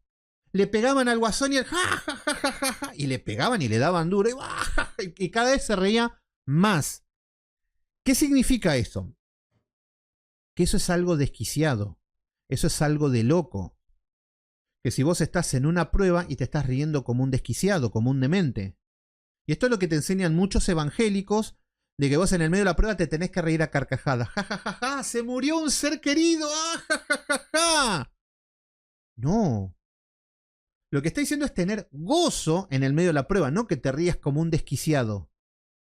Entonces, el gozo en la prueba es la quietud interna de que Dios tiene el control de todo. Dios tiene el control de mi vida. A ver, Dios tiene, como dijo el Rulo el sábado, dijo, si vos sos esta tapita del fibrón, vos estás en la mano de Cristo y Cristo está en la mano del Padre. Nadie te puede separar del amor de Dios. Entonces lo que debemos entender que ese es el gozo. De lo que va a pasar es la voluntad de mi Padre. Entonces si me tengo que morir, en algún momento me voy a morir. Entonces, acá lo que está diciendo es que, hermanos míos, cuando tenéis, dice, tened por sumo gozo, gozarnos mucho, cuando os halléis en diversas pruebas, muchas pruebas. Bienaventurados está diciendo. Entonces, ¿qué significa esto? ¿Por qué? Y porque Pablo está diciendo de que tenés más consuelo, más comunión con Dios. El favor de Dios está cuanto más atribulado estás. Dios prometió que iba a estar con vos, que iba a estar con nosotros hasta el fin de los tiempos. Eso es lo que significa. Pero nosotros una pruebita y ¡ay, Señor, me abandonaste! ¿Por qué? Bueno, no. No, la prueba nos tiene que acercar más a Dios. Entonces, miren lo que dice en el versículo número 3. Sabiendo que la prueba de nuestra fe produce paciencia. Entonces, fíjense qué es lo que va trayendo la prueba, la tribulación. Primero, gozo. Hay que tener gozo en la prueba. Y la prueba te va a traer paciencia, mis queridos hermanos. 3 años y 2 meses que no veo a mi hijo. Literal, de corrido, de punta a punta. Ni por foto los puedo ver, porque me tienen bloqueado para ver los estados y todo. ¿Saben qué? Encima tuve problemas que con un psicólogo, con el abogado y todo. Y ahora empecé con otro. Y yo lo que dije fue, bueno, ahora en abril, que tengo una una audiencia, digo, bueno, si no me da el tiempo con este psicólogo nuevo, digo, bueno, por lo menos están caminando y sigo esperando para la próxima audiencia. Ya lo tomo como algo normal. Lo tomo como algo, ¿por qué? Porque está puliendo la paciencia en mí. No salgo a matar gente, que es lo que me gustaría hacer ahora, hacer venganza por mano propia. Pero no, todo esto te tiene que ir dando esa paciencia, pero esperando en Dios, confiando, no con un desánimo. Ah, bueno, ya está. No, no, no, esperando, confiando. De esto se trata, como dice McL, nuestra fe está siendo probada. Ay, pero como cuando viene la pruebita, ¿cómo nos volvemos locos? Al primero que levantamos el puño al cielo. No, no funciona así. Bueno, entonces acá nos está diciendo que todo esto es para tener paciencia. Lo que tienen que entender es que Dios no está enojado con vos. Si somos hijos de Dios, Dios está puliendo tu paciencia. Porque eso es lo primero que pensamos, que Dios está lejos de nosotros. No, no, lo que Dios quiere es que te acerque más a Dios, que confiemos más en Dios. Versículo número 4. Más, tenga la paciencia su obra completa para que seáis perfectos y cabales sin que os falte cosa alguna. ¿Qué nos dice? La paciencia es para que seamos perfectos. Perfecto, la palabra más correcta sería maduros. Porque uno piensa que ser perfecto, bueno, la palabra perfecto es decir no tener defectos, nada, no ser imperfecto. No, esto sería ser maduro. El objetivo de la prueba es que tenga madurez. Piensen de que cómo van a salir después de la prueba. Más maduros, con más fe, con más confianza. No quiere decir niveles espirituales y esas cosas, no, más confianza. Versículo número 5. Y acá está el problema, que acá es donde seguramente me dicen, bueno, yo no tengo nada de fe, eso es para los super espirituales, eso es para los ungidos. No, miren lo que dicen. Dice, versículo número 5, y si alguno de vosotros tiene falta de sabiduría, pídala a Dios, el cual da a todos abundantemente y sin reproche le será dada. Este es el versículo peor interpretado por el mundo evangélico. ¿Vos querés entender la Biblia? ¿Vos querés ser inteligente? ¿Vos querés sabiduría? Pedile a Dios que Dios te da sin reproche. Entonces, vos querés ser como Salomón, pedile que el Señor te da. El tema es que lo que te dicen estos son lo más burro que podemos encontrar. Porque acá no está hablando de que le pidas que querés ser inteligente, que querés tener sabiduría, que querés ser un mago, que tenga la mente de Einstein. No. Lo que te está diciendo es que si alguno de vosotros tiene falta de sabiduría, ¿para qué? Está hablando de las tribulaciones. Hay personas que dicen, estoy en medio de una prueba. Quiero acercarme a Dios, quiero recibir el consuelo, quiero pasar la prueba y no sé cómo. Bueno, te está diciendo, pedile a Dios, Señor, dame sabiduría. ¿Cómo aplico ahora en el medio de esta prueba? Por eso vas a necesitar toda la fuerza de tu mente, vas a necesitar toda tu fuerza espiritual, toda tu fuerza física para enfocarte en cómo solucionar esto, en cómo esperar en Dios. Todos los sentidos despiertos para esto. Pero no, el evangelio moderno, no, van al tercer cielo, que el Señor se arregla ahí en una pelea vaga en el cielo y yo vivo como quiero. No. Entonces acá te está diciendo que pida a Dios el cual da abundantemente sin reproche. Si vos estás en el medio de la prueba y estás estudiando la Biblia y te estás esforzando y estás orando y estás buscando una respuesta, una solución a esto y te encontrás trabado, bloqueado, pedile, Señor, quiero salir de esto. ¿Dónde voy? ¿Cuál es el camino? Dame una respuesta. Ah, con David. Ah, tuvo que esperar. Uy, 10 años. Ah, con razón. ¿Qué pasaría si yo ni bien me arrancan a mi hijo de mi vida y yo lo primero que digo es, decreto que mi hijo está conmigo esta semana, ahora, ya? ¿Qué es lo que va a empezar a pasar? Me voy a empezar a desesperar porque mi hijo no viene. Y Señor, decreto que ahora los ángeles, y no recibimos un no como respuesta. No viene. Entonces, es evidente que no tengo sabiduría para ser perfecto. Entonces, después te va a agarrar la desilusión de que Dios no hace nada, que Dios está enojado conmigo, que no me quiere. No entendiste, no tuviste sabiduría para afrontar la prueba.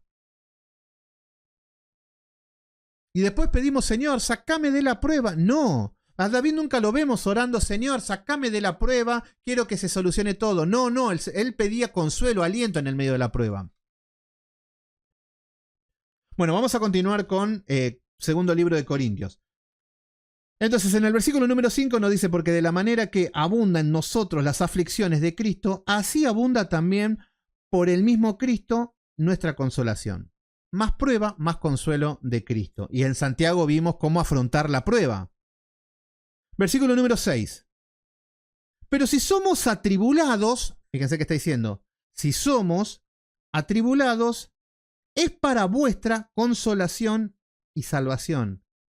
Entonces, ¿para qué somos atribulados? Para que recibas el consuelo de Dios, para que te acerques a Dios, para que ames a Dios, para que te enamores de Dios. Entonces, acá está diciendo que si somos atribulados, es ¿para qué? Para vuestra consolación y salvación. Es necesario. ¿Cómo llegamos a Cristo? Siempre de rodillas, siempre atribulados, siempre con un estado de vida o muerte. Fíjense que todo, cuando llegamos a Cristo, ninguno fue porque estaba en Cancún divirtiéndose y además sí, vamos a seguir a Dios. No, siempre fue en el hospital, en la sala de un hospital, cuando muere un ser querido. Siempre pasa cuando uno está mal, cuando uno se divorció, cuando uno perdió su trabajo. Siempre en una tribulación, porque si no, no vamos a elegir a Dios. Entonces el Señor en su amor y en su misericordia lo que utiliza es una prueba, una tribulación bajo el control de Él para que vos te acerques. Esto se llama disciplina también. Entonces, pero si somos atribulados es para vuestra consolación y salvación. O si somos consolados es para vuestra consolación y salvación, la cual se opera en el sufrir las mismas aflicciones que nosotros también padecemos. ¿Qué significa esto? Que acá estamos viendo que esta consolación que opera en el sufrir, en el sufrimiento, siempre atribulado, siempre en el sufrimiento, en la aflicción, vamos a encontrar ese consuelo, esa comunión. Fíjense, mis queridos hermanos, cuando hay una prueba grave, donde es hasta un asunto de vida o muerte, la persona ora todos los días. La persona estudia la Biblia todos los días. La persona pide desesperadamente cómo se hace un ayuno. Ayunan las personas. Cuando una persona está atribulada, hace promesas, hace votos.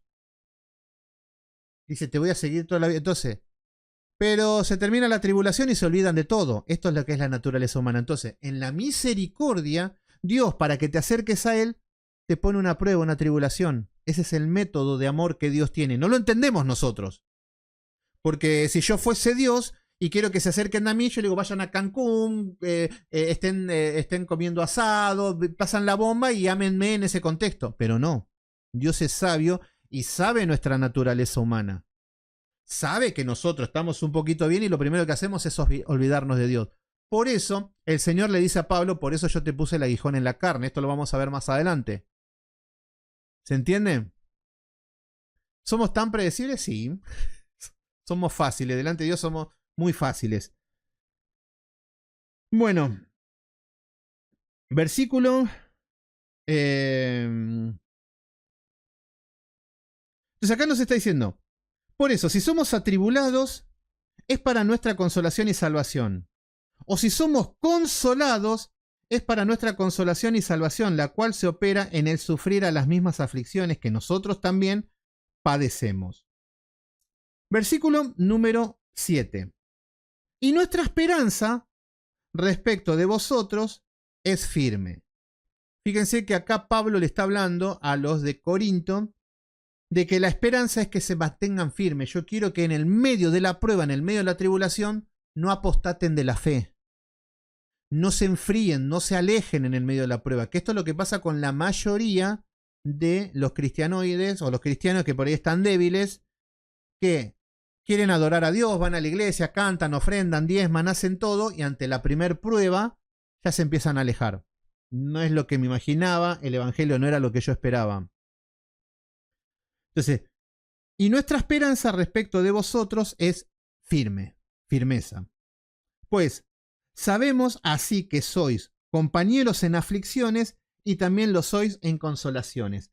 ¿Qué es lo que está diciendo acá? Está diciendo que sabemos que son compañeros de aflicciones. Pablo está diciendo, yo sufro. Yo la paso mal. Pero yo sé que ustedes también la pasan mal. Fíjense que Pablo no se pone en princeso, donde, ay, pobre de mí, oren por mí, porque la verdad que me apedrearon, miren, me hicieron nana, la verdad que pobre de mí. No, no se mete en esa Pablo. Pablo dice, el consuelo que recibo de parte de Dios en el medio de todas las pruebas es para consolarlos a ustedes, porque yo sé que ustedes están atribulados, y el consuelo que reciben ustedes es para consolar a los demás. Entonces, ¿qué está hablando acá, mis queridos hermanos? ¿Es verdad, tenemos que congregar o no? ¿Qué significa congregar? Caminar entre hermanos. Estar reunidos con hermanos. ¿Por qué? Porque yo estoy atribulado. No le puedo pedir un consejo al psicólogo, no le puedo pedir un consejo a el vecino, al carnicero, a mi ex, a un amante. No le podés pedir consejo porque te van a dar ese consejo humano que no sirve para nada.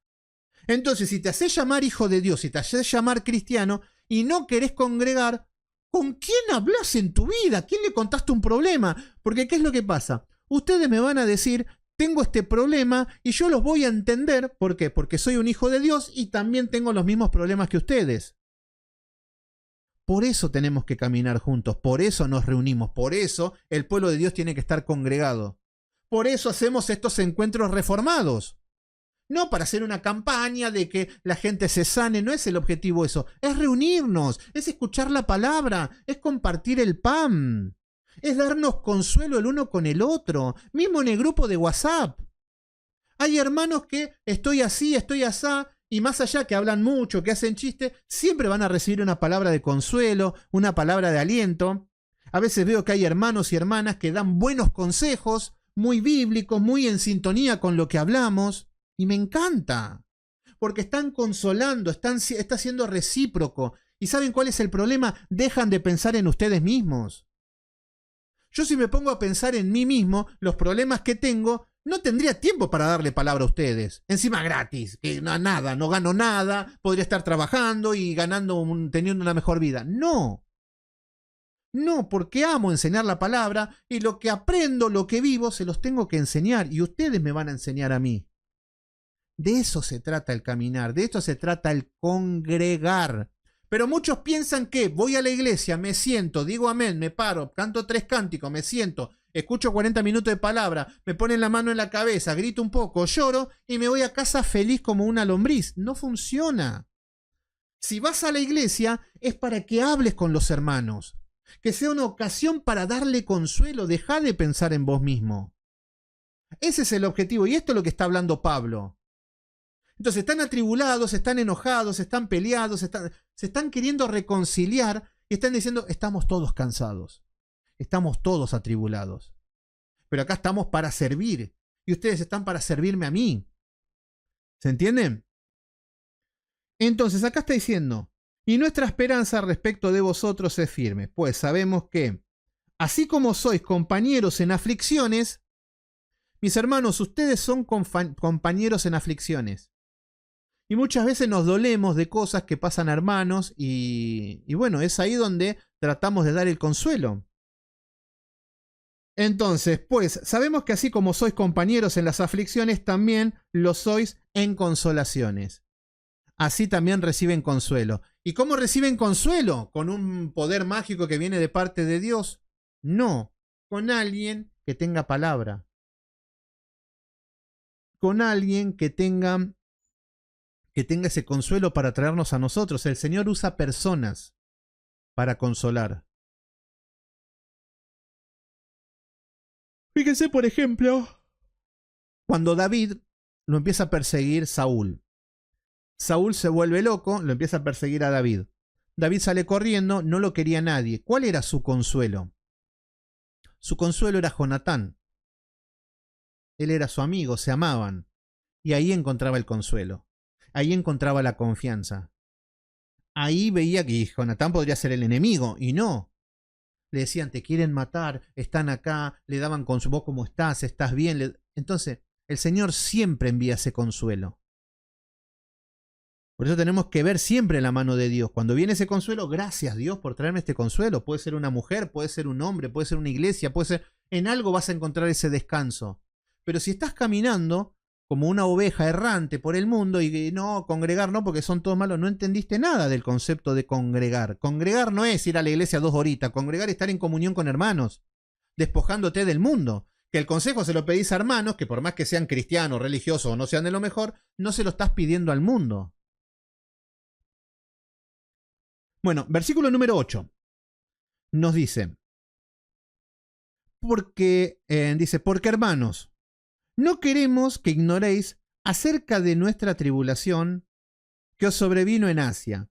Entonces lo que está diciendo, no quiero que ignoren de que están siendo atribulados, no quiero que se vuelvan locos, que se piense que, ay, que algo nuevo, ¿qué pasó? No, acá está diciendo, no queremos que ignoréis acerca de nuestra tribulación que nos sobrevino en Asia.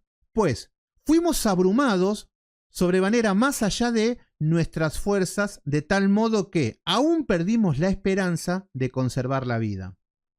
¿Qué es lo que está hablando acá? Acá está hablando de una prueba, esta sí era una prueba heavy, ¿eh? Lo que está diciendo Pablo es que acerca de nuestra tribulación perdimos la esperanza de conservar la vida.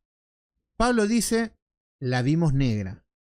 Nosotros dijimos, acá nos matan a todos, acá morimos.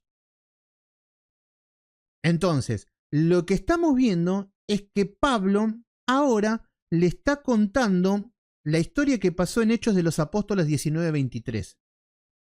¿Qué significa esto? Está contando un momento que él estaba en Éfeso. Y en Éfeso, Pablo estaba predicando el Evangelio con poder, con autoridad. ¿Y qué significa esto? Que, cuando vemos el Evangelio predicado con poder y con autoridad es cuando hay cambios. Cuando hay cambios rotundos. Por ejemplo, en Éfeso, ahí sí estaba Diana. Vieron que al principio estábamos hablando de Diana o de Afrodita. Bueno, ahí sí estaba el templo de Diana. Y habían plateros. Y estaba Demetrio, que era un platero que vendían estatuitas y cosas así. ¿Qué es lo que pasa acá? La gente se convertían a Cristo. Pablo predicaba y la gente se convertía. Pero la gente sacaban los libros y los quemaban en las plazas. Los libros de brujería y todo. Y vemos un cambio en que la gente abría los ojos. La gente decía, no, acá la palabra del Evangelio. Entonces, Pablo estaba predicando con poder y con autoridad, pero también van a recibir muchos ataques. Yo, gracias a Dios, constantemente me llegan mensajes de personas que abren los ojos. Estuve en una sinagoga de Satanás, estuve acá, abrí los ojos, gloria a Dios. Bueno, ahora van a ver que a Pablo lo tienen que atribular y ahora vamos a ver el porqué. Pero fíjense, les arruinó el curro. Vamos a ver cómo les arruina el curro. Capítulo Hechos 19:23. Vamos a ver qué es lo que pasó en Hechos 19, versículo número 23. Miren cómo es el título, el alboroto en Éfeso. Esto es lo que está contando Pablo a los de Corinto. Era una isla que estaba enfrente, estaban ahí, eran vecinos, Corinto y Éfeso. Entonces Pablo estaba contando de estas tribulaciones que estaban viviendo. Miren lo que dice. Hubo en aquel tiempo un disturbio no pequeño cerca del camino. ¿Qué significa esto? Este camino es un camino comercial. Versículo número 24. Dice, porque un platero llamado Demetrio, que hacía de plata, dice, templecillos de Diana, daba no poca ganancia a sus artífices. ¿Qué estamos viendo? Acá estaba el negocio donde vendían templecitos de Diana con este platero y este platero se llenaba de dinero con estas cosas, con este negocio. ¿Por qué? Este camino que está hablando acá era un lugar comercial. Entonces, vieron que ustedes, por ejemplo, no sé, si se van a algún lugar, compran algún chirimbolito o algo de recuerdo, todo. Bueno, estaban en una zona comercial. Diana era el templo muy grande, muy lujoso para la época. Y entonces vender templos era el negocio. Y estaban prosperando a full. Versículo número 25. A los cuales reunidos con los obreros del mismo oficio, que significa se reúnen todos los plateros que estaban vendiendo y vivían bastante bien con esto. Dijo, varones, ¿sabéis que de este oficio obtenemos nuestras riquezas? Claro, muchachos plateros, nosotros vendemos templo de Diana y nos llenamos de dinero. Claro, acá hay una junta de plateros. Acá Demetrio está juntando esta asamblea. Versículo número 26. Pues veréis y oís a este Pablo. Miren que viene este Pablo, que está re loco. Dice, no solamente en Éfeso, sino también en casi toda Asia. Este Pablo está viniendo con todo. Miren el poder del evangelio que estaba llevando Pablo. A donde iba predicaban y abrían los ojos. Entonces está diciendo que viene Pablo predicando en casi toda Asia, en todos lados, viene arrasando con todo. Dice, ha apartado a mucha gente con persuasión diciendo que no son dioses los que hacen con las manos.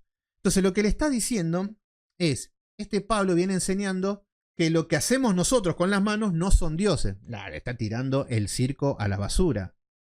Así como cuando le decimos, este gordo que se le nota la raya del trasero cuando se agacha, no tiene el poder de sanar. Y hay personas que abren los ojos. Este hombre, con ese aliento de borracho que tiene, no habla en lenguas angelicales. Entonces, cuando uno predica y la gente empieza a abrir los ojos, si hay un cambio rotundo, va a haber problemas, va a haber un caos, va a haber un rock and roll. Esto funciona así, hermanos. Bueno, fíjense cómo actúan. Acá tenemos los orcos de la época. Acá tenemos a Demetrio. Acá tenemos a un orco y todos los plateros. Fíjense, vamos a ver cómo actúan los orcos de la época.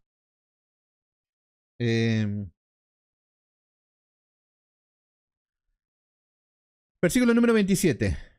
Y no solamente hay peligro de que nuestro negocio venga a desacreditarse, sino también que en el templo de la gran diosa Diana sea estimado en nada. Fíjense que ellos lo ven como un negocio. Los orcos, ¿no ven como un negocio el evangelio? El diezmo, ¿no lo ven como un negocio? Tener templos llenos, fíjense que acá está hablando que el problema es que se le están vaciando los templos. Estos orcos, ¿no están desesperados porque se le están vaciando los templos? ¿O por lo menos la gente está abriendo los ojos y se están yendo? No lo sé, tú dime. Entonces acá lo que le está diciendo es que está en peligro el negocio. Sigan denunciando el diezmo y van a ver cómo pone en peligro el negocio del diezmo. Sino que el mismo templo de la diosa Diana va a quedar en nada. Y comienza a ser destruida la majestad de aquella quien venera toda Asia y el mundo entero. Entonces acá, miren en qué situación, todo el mundo adorando a Diana. Miren cuál es el problema, de que se deje de adorar a esta falsa diosa. Hoy también exactamente lo mismo. ¿No tendrán miedo de que se deje de adorar al falso dios Gille Ávila? Pregunto, no sé, no quiero ser malo. ¿No será que cuando salen todas las evidencias, todos los videos, la gente ya no puede sostener seguir a ese hombre nefasto? Y que cuando salen a defender no tienen herramientas, entonces no tienen otra cosa mejor que pegarle a las personas, que humillar, que hacer escarnio, que esto es lo que van a hacer. Y esta es la actitud de los orcos, hermanos. Versículo número 28. Cuando oyeron estas cosas, se llenaron de ira y gritaron diciendo, grande es Diana de los efesios. ¿Qué vemos esto? Fíjense que actúan de la misma manera que los orcos. Grande es Gille Ávila.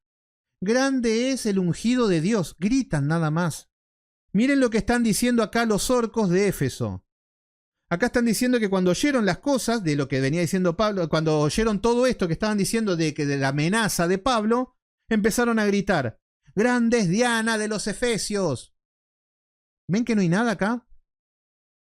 Acá lo que ustedes tienen que entender es que no hay un debate, no hay nada, no, solamente dice que se llenan de ira y gritan. Lo mismo estamos viendo hoy.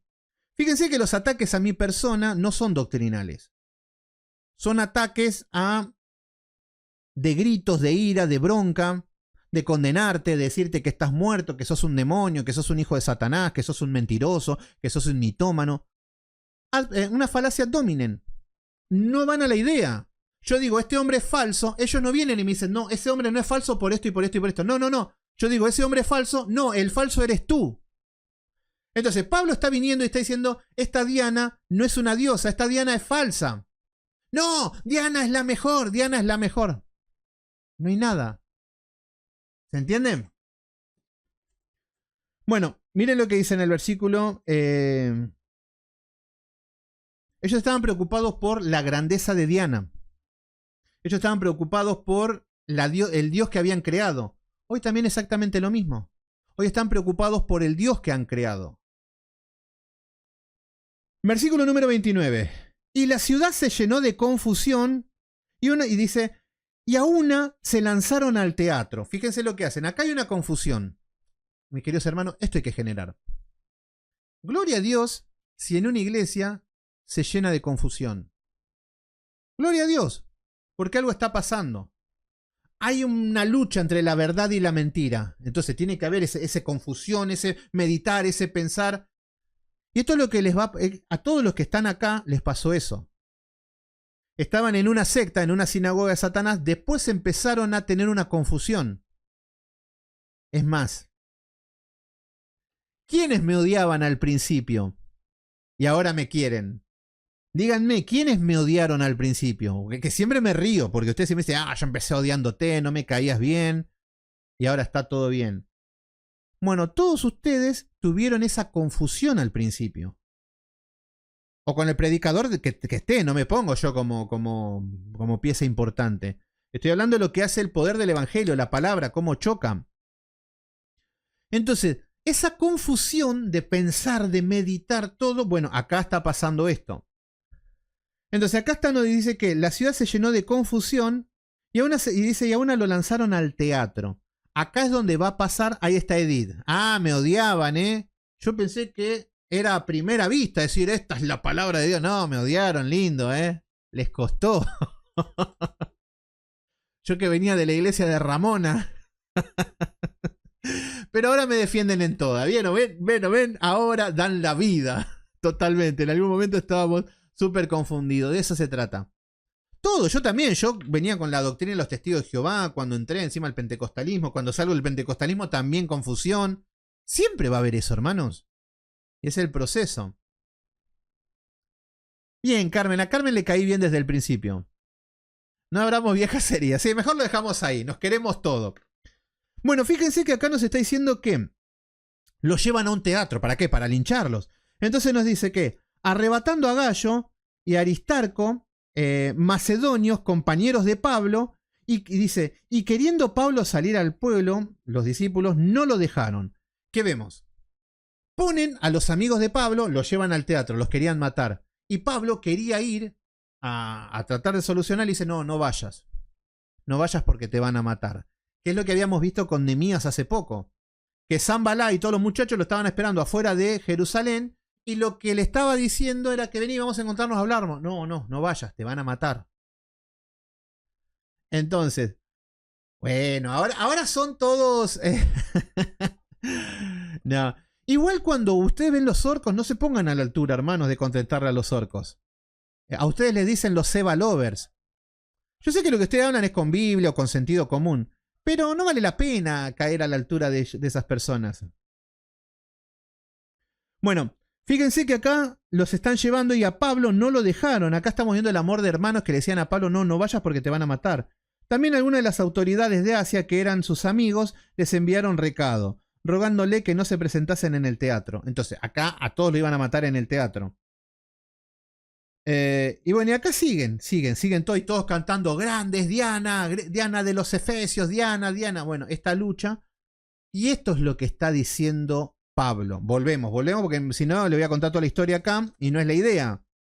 Por eso, miren lo que dice Pablo en el versículo número 8. ¿Por qué? En el versículo número 8 al final nos dice, aún perdimos la esperanza de conservar la vida. ¿Qué dice Pablo? Si me hablas de tribulaciones, ya éramos hombres muertos. Junto con Gallo, con los macedonios, con los que estaban conmigo, casi nos matan, hermanos. Entonces, fíjense que las pruebas pueden ser de vida o muerte. Fíjense que la prueba de Pablo por predicar el evangelio está caminando en un valle de sombras de muerte. Entonces, estaba en Pablo si tomaba todo lo que es lo espiritual que había aprendido, que había absorbido, o le gana la desesperación y niega a Cristo. No, bueno, Diana es la mejor, sí, los aplaudo. Yo también, grande Gigi Ávila, la verdad que el siervo tuvo errores, pero la verdad que no hay como él. Si yo me pongo en esa postura, estamos al horno. No, aunque me maten, tengo que seguir diciendo lo que es ese hombre, un hereje. Grande es Goebbels. Bueno, entonces, acá está hablando de que casi pierden la vida y está hablando de la tribulación que están viviendo, pero no solamente Pablo, los que están con él, y la iglesia de Éfeso estaban atribulados por estas cosas que estaban pasando. ¿Se entienden? Versículo número 9. Pero tuvimos en nosotros mismos sentencia de muerte, está diciendo. ¿Ven? Es como decir la parca, me llegó la hora, Señor. Bueno, ¿qué es lo que estamos viendo? Acá estamos viendo que podemos estar en una situación de estado de muerte. Pero ¿qué es lo que pasa? Acá nos dice que tuvimos nosotros mismos sentencia de muerte para que no confiásemos en nosotros mismos. Acá nos está diciendo lo mismo. ¿Qué es lo que está diciendo? ¿Para qué Dios le da a Pablo esta gran prueba, esta gran tribulación? Pablo, no te la creas, ¿eh? Yo ser el apóstol Pablo, yo predicar el evangelio y convertir 1000 almas, como dicen los Gigi Lovers. Qué gran siervo Pablo, imagínense a Gallo, qué gran Pablo, la verdad que ganar miles de almas. Nadie ser como Pablo, Pablo ser como Eliseo. Entonces, para que no caigan en estas estupideces que ustedes mismos ven que hoy en día todos están cayendo, el Señor los llevó a una gran tribulación. Por eso acá le está diciendo que aunque nos vimos con sentencia de muerte, ¿para qué? Nos dice el versículo número 9, para que no confiásemos en nosotros mismos. El Señor le está diciendo, Pablo, te la estás creyendo mucho, porque uno sin darse cuenta empieza a creer de que uno gana las almas, de que uno es usado por Dios, que mi intelecto es el mejor del mundo, que yo cuando hablo mi inteligencia, y te empezás a desviar. Entonces el Señor dice, es necesario atribularlo. ¿Por qué? Porque lo estoy usando mucho a Pablo. Pablo está abriendo los ojos de todo, está haciendo, entonces Pablo tiene que estar en sintonía conmigo, tiene que estar cerca mío, tiene que estar para que mantenga ese poder al predicar el evangelio. ¿Se entiende? Entonces le está diciendo que todo eso era para que no confiásemos en nosotros mismos. Mis queridos hermanos, Dios te va a tribular para que no confíes en vos mismo. Cuando veas que una simple enfermedad, diga qué ilimitada que es mi vida, qué limitada que es mi vida. Cómo no tengo recursos, cómo no tengo acceso a... No soy nada. Y ahí nos entregamos a Dios. ¿Se entiende por qué hace esto? Entonces, para que no confiásemos en nosotros mismos, sino en Dios que resucita a los muertos. Fíjense que la confianza de Pablo ya excede todo lo que estamos viendo. ¿Por qué? Porque acá Pablo no está diciendo de que Dios va a evitar el morirse. Fíjense que acá no está diciendo que, bueno, el Señor nos llevó a esta prueba para que no confiásemos en nosotros mismos y que Dios nos pueda salvar de esta prueba. Pablo no está hablando de eso. Pablo sabía que podía morir en ese momento, pero la confianza iba más allá, sino que Dios que resucita a los muertos. Entonces tenía que ver con un consuelo eterno. La confianza es como decir, yo puedo morir ahora, pero yo sigo confiando que Dios me va a resucitar de los muertos. Esa era la confianza que tenía. Y miren qué bueno que es Dios que lo salvó de la prueba y todo. Bueno, versículo número 10. El cual nos libró, nos libra, en quien esperamos que aún nos librará de tan gran muerte. Fíjense, acá está hablando de pasado, presente y futuro, el cual nos libró. Fíjense lo que nos habla, Cristo nos libró de la muerte. Nos libra. ¿En quién esperamos que aún nos librará? ¿Qué está hablando? Que nos esperamos que nos va a librar de esa muerte eterna. Entonces nos librará de tan gran muerte. Entonces, lo que estamos viendo es que todo esto lo lleva a tener una perspectiva, una visión a Pablo, de que Dios tiene el control de todo, de que aunque esté en un valle de sombra de muerte, no temeré mal alguno, y puede ser que mueras, puede ser que te llegue la hora, pero si te llega la hora, lo que le estás diciendo es que me va a resucitar de los muertos. Entonces la fe de Pablo iba más allá, no estaba pensando solamente en la prueba, que Dios me saque de la prueba y punto. Por eso nuestra fe tiene que trascender todo. Y por último, versículo número 11. Cooperando también vosotros a favor de nuestra oración. ¿Qué estamos viendo acá? Pablo sabe de que acá había un pueblo orando por ellos.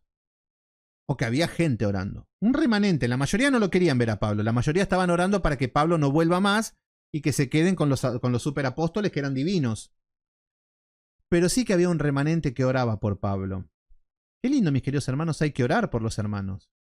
Oren por los predicadores, oren por las personas que predican el evangelio, las personas que están atribuladas, las personas que están en pruebas, los que andan en valles de sombra de muerte. Debemos orar. Por eso dice que cooperando también vosotros a favor de a favor nuestro con la oración, para que por muchas personas sean dadas gracias a favor nuestro, por el don concedido a nosotros por medio de muchos. Entonces, ¿qué le está diciendo? El consuelo de parte de Dios que llega por muchos hermanos que oran. Estamos hablando de las personas que tienen peso por orar, que tienen razón, que tienen una causa y que oran a Dios. Pero después están las personas que ponen en el grupo de WhatsApp, oren por el hermano Pascualín. Ay, oramos y pedimos por el hermano Pascualín. No te sirve de nada si no hay una carga, si no hay un peso. Vamos a orar por un hermano que vive en Cuba y que... No, tenés que tener esa carga, ese peso para orar también. Que cada vez que habla conmigo queda más confundida. Bueno, entonces acá lo que estamos viendo es que Pablo está hablando de que hay comunión con hermanos atribulados. Entonces acá le está hablando a los corintios que están atribulados, que están en prueba, que Pablo también está atribulado, y está hablando de que están en la misma. Entonces, pero acá aún así hay una comunión. Aún así ellos son hermanos y están orando los unos por los otros, están consolando los unos por los otros. Entonces, fíjense cómo comienza esta carta de Pablo al segundo libro de Corinto. Y vamos a continuar mañana. Así que hasta acá nomás llegamos. Y esto lo dice un hombre con fiel palabra de la iglesia de Ramona.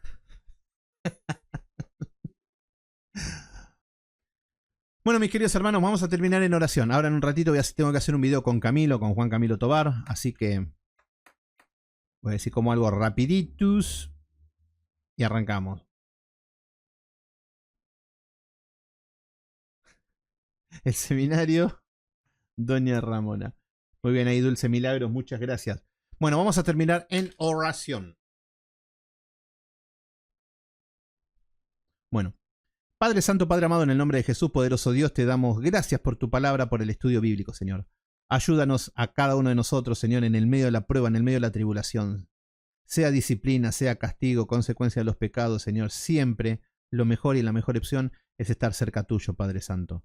Envía tu Espíritu Santo para que nos guíe, nos discipline, nos corrija, ya sea con tu callado, con tu vara, pero el objetivo siempre es que haya un aprendizaje, que podamos ir hacia la perfección, que podamos entender y vivir como tu santa palabra lo dejó escrito.